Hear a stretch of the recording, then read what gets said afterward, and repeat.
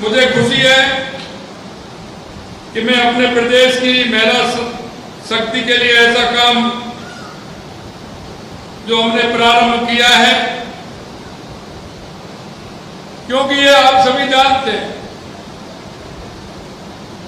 हमारी 50% आबादी हमारी माता और बहनों की है, और हमें पता है कि हमारी माता बहनों के बिना ना हमारा प्रदेश ना हमारा राष्ट्र सशक्त नहीं हो सकता है। यहां तक कि हमने अपनी दिनचर्या में देखा है माता बहनों का वो काम, माता बहनों का वो समर्पण जो जीवन में होता है, छोटे से समूह से लेकर के जब से हमारी माता बहनें अमृत जन्म लेते हैं, जब तक उनका लास्ट समय होता है, जब तक माता बहनों का कितना बड़ा योगदान होता है। इस समाज को संचालन करने के लिए हमारी माता बहनों का जो समर्पण होता है, हम हमारा दृष्टिकोण बदलें, तो दृष्टिकोण हम जब बदलेंगे तो हमारी माता बहनें पहले हमारी एक बेटी के रूप में हमारा दृष्टिकोण होगा, हमारी माता बहनों के स्वरूप बदलते, एक बेटी के रूप में, एक बहन के रूप में, एक पत्नी के रूप में, एक माता के रूप में, और एक हमारे परिवार की मुखिया होने के नाते एक अन्नपूर्णा के रूप में हम हमारी माता बहनों को देखते हैं। मैं आपसे इतना ही कहना चाहता हूं, हमारी सरकार ने प्रदेश की नारी सशक्तिकरण के लिए हमने तृतीय श्रेणी शिक्षक भर्ती परीक्षा में 30% से 50% आरक्षण का लाभ हमारी माता बहनों को हमने देने का काम किया है। हमारे लिए महिला सशक्तिकरण का अर्थ महिलाओं को शक्ति, अधिकार और उनके अवसर प्रदान करें ताकि वे अपने जीवन में हर पहलू पर आत्मनिर्भर होकर के सशक्त नारी शक्ति बने। ये हमारी कल्पना है। ये केवल आर्थिक स्वतंत्रता तक सीमित नहीं है, बल्कि ये सामाजिक, शैक्षिक, राजनीतिक क्षेत्रों में भी हमारी बहनों की भागीदारी बढ़े। देश को सशक्त करने में हमारी बहनें आगे आए। वैसे भी भारतीय संस्कृति में प्राचीन काल में से ही आप देख रहे हैं महिलाओं का आदर और सम्मान आप देख सकते हैं।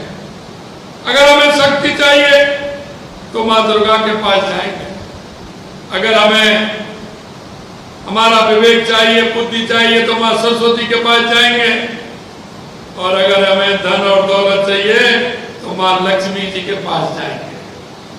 और ये हमारी अवधारणा इसलिए है क्योंकि मां का जो हृदय होता है उसमें बड़ी उदारता होती है, और वो घर के संचालन का प्रतीक है। क्योंकि माता बहनें जिस तरह से घर का संचालन करती हैं, आप देखते हो परिवार चलता है, परिवार में अग्रणी बनते हुए हर घर का संचालन किस तरह से हमारी माता बहनें करती हैं। वेद और पुराणों में भी महिलाओं का उल्लेख सम्मानित रूप से मिलता है। समानता, न्याय महिला सशक्तिकरण का सबसे महत्वपूर्ण पहलू है। महिलाओं को समानता, न्याय दिलाना ये सुनिश्चित करता है कि महिलाओं को उनके अधिकार और उनके अवसर पुरुषों के समान प्राप्त हों। हमारा यह निर्णय उसी समानता को स्थापित करता है। हम चाहते हैं कि हमारी बहनें, बेटियां आगे बढ़ें, आर्थिक रूप से विकास करें। जब महिलाएं आर्थिक रूप से स्वतंत्र होंगी तो वे अपने परिवार में और समाज के विकास में महत्वपूर्ण योगदान प्रदान करेंगे। महिला शिक्षा सशक्तिकरण का प्रमुख स्तंभ है।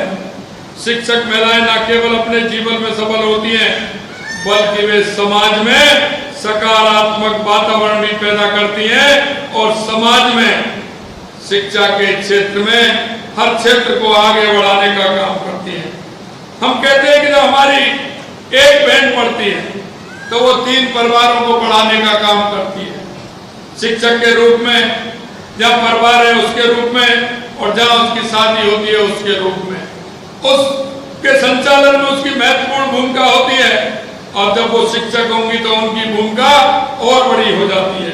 इसलिए हमारी सरकार का प्रयास है कि प्रदेश की बेटियों को खूब आगे बढ़े। इसमें हमारी सरकार ने महिलाओं के हित में ऐतिहासिक निर्णय किए हैं।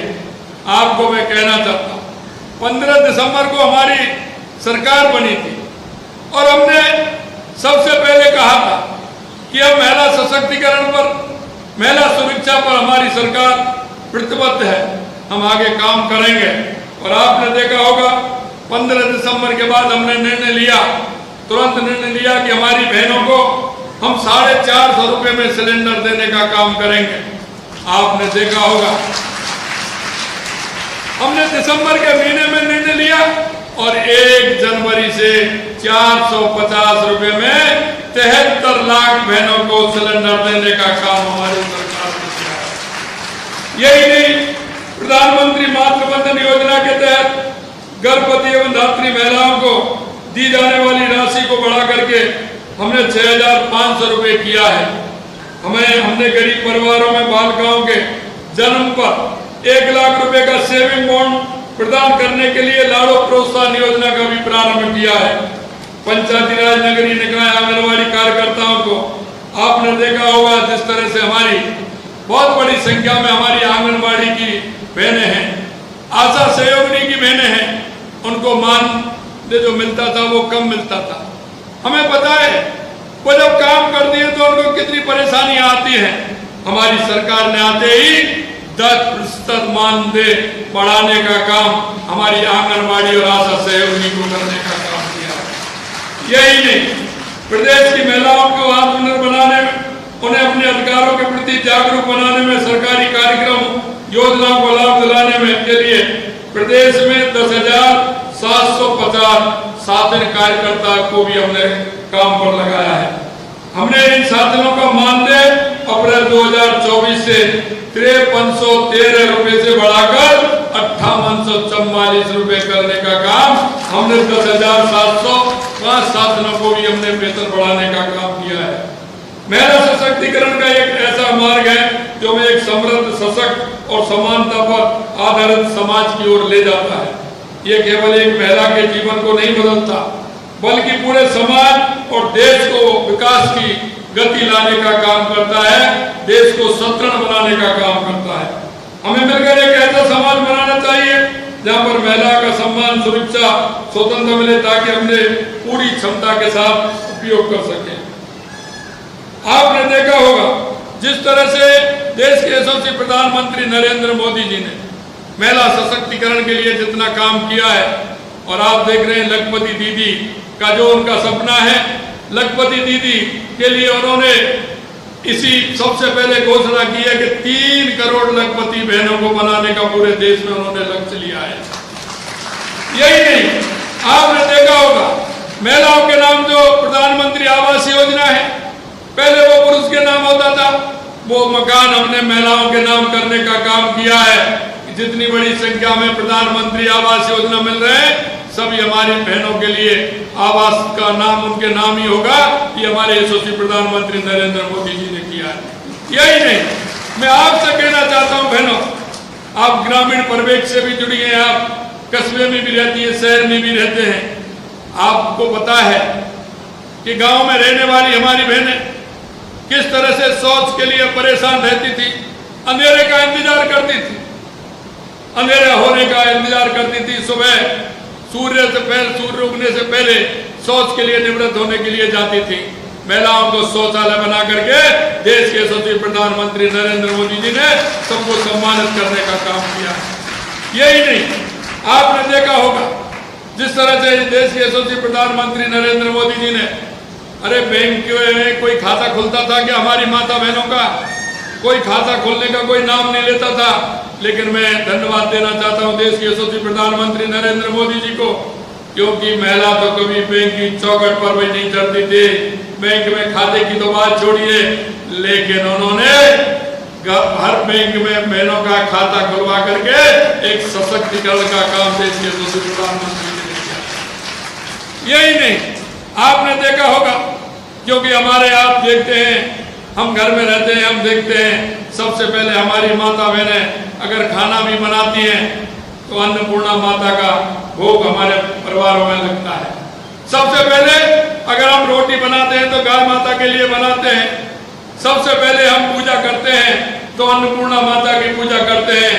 आपने देखा होगा, देश के यशस्वी प्रधानमंत्री नरेंद्र मोदी जी जब लंदन गए हुए थे और जब वो संग्रहालय में गए तो उन्होंने देखा एक मूर्ति वहां रखी हुई है और उसमें लिखा हुआ था मूर्ति पर कि अन्नपूर्णा।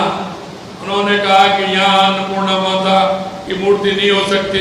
उन्होंने पता लगाया, 150 साल पहले बनारस से वो मूर्ति चोरी हुई थी और वो वहां पहुंच गई थी और उन्होंने देखा कि अन्नपूर्णा की मूर्ति है, उसे ला करके पुनः बनारस में स्थापित करने का काम बाबा विश्वनाथ के यहाँ किया। क्योंकि हमारा युगों युगों से हमारा देश इस नारी सम्मान के लिए जाना जाता है और हम कहते हैं कि नारी का वो भाव होता है, वो अपना पराया नहीं करती है। अगर कोई घर में 4 लोग आ जाते हैं, रात के अंधेरे में भी आ जाते हैं, रात को लेट अमेर भी आ जाते हैं, ये हमारी माता बहनों का ही है कि घर में आते हुए चाहे वो कितनी भी लेट आ जाए लेकिन बिना खाना खाए हुए उस व्यक्ति को सोने नहीं देती। ये मेरी माता बहनों का ही एक ऐसा सौहार्द तो है, ऐसा उनका प्रेम है, ऐसा उनका वात्सल्य है कि वो घर में आए हुए अतिथि का भी सम्मान हमारी माता बहनें करती है। और मैं ये कहना चाहता हूँ, यह निर्णय भी हमने इसलिए लिया कि हमें पता है कि हमारी माता बहनों का जो मातृभाव है वो कभी छुपता नहीं है। क्योंकि छोटे छोटे बच्चे 3rd ग्रेड में जो आते हैं, पहली क्लास से लेकर के 5वीं तक जो बच्चे आते हैं वो छोटे छोटे बच्चे आते हैं और हमारी माता बहनें घर में भी बच्चों को संभालती हैं तो वहां भी संभालने का पूरा काम करती हैं। वो उनमें संस्कार डालती हैं, वो आगे बढ़ने की प्रेरणा उनमें प्रेरित करने का काम हमारी माता बहनें करती हैं। मैं आपसे इतना ही कहना चाहता हूँ, कई बार मेरे को लगता है कि कई हमारे युवा साथी जिस तरह से मैं सोशल मीडिया और मीडिया पर देखता हूँ वो जिस तरह का कमेंट करते हैं, मैंने उनसे भी कहा है और आज भी मैं कहना चाहता हूँ कि आपकी राजस्थान की सरकार, हमारी सरकार ने जो आपसे वायदा किया है, हम बहनों को भी आगे करेंगे और उन युवाओं को भी हम मौका देंगे, पूरी तरह से मौका देंगे, उनको भी मौका देने में कोई कसर नहीं छोड़ेंगे। आने वाले समय में, कल भी मैंने कहा था, हमारी जितनी वैकेंसी है उनको भी करेंगे। हम आगे जो उद्योग लाएंगे उनमें भी युवाओं की भागीदारी रहेगी। हम हमारे राजस्थान को एक विकसित राजस्थान बनाने का काम करेंगे, एक सशक्त राजस्थान बनाने का काम करेंगे और अगर जो हमारा राजस्थान विकसित राजस्थान बनेगा तो हमारा देश भी विकसित देश बनेगा। जो माननीय हमारे देश के यशस्वी प्रधानमंत्री नरेंद्र मोदी जी का सपना है कि 2047 तक विकसित भारत बनाने का जो सपना है उस सपने को पूरा करेंगे और हमारा राजस्थान विकसित होगा तो हमारा भारत भी विकसित होगा। आप सभी इस मौके पर जो धन्यवाद देने के लिए हमारी बहनें जो आई हैं, मैं दिल की गहराइयों से आप सभी बहनों का बहुत बहुत बहुत बहुत धन्यवाद ज्ञापित करता हूँ। हृदय से आपका स्वागत करता हूँ, आप सभी का अभिनंदन करता हूँ। आपका सहयोग इसी तरह से मिले तो निश्चित रूप से हम काम करेंगे। हमने वायदा किया था कि हमारी सरकार आएगी तो आपने देखा होगा महिला टास्क फोर्स का भी हमने गठन किया है। हर जिले में महिला टास्क फोर्स भी होगी और उस टास्क फोर्स हमारी पूरी तरह से काम करेगी। महिला सुरक्षा की भी जिम्मेदारी हमारी है और आगे चल करके हम महिला सशक्तिकरण के लिए और भी कई काम करने वाले हैं। बस आपका सहयोग मिलता रहे, इस आशा और विश्वास के साथ आप सभी इतनी बड़ी संख्या में हमारी माता बहनें आई हैं, आप सभी को बहुत बहुत धन्यवाद।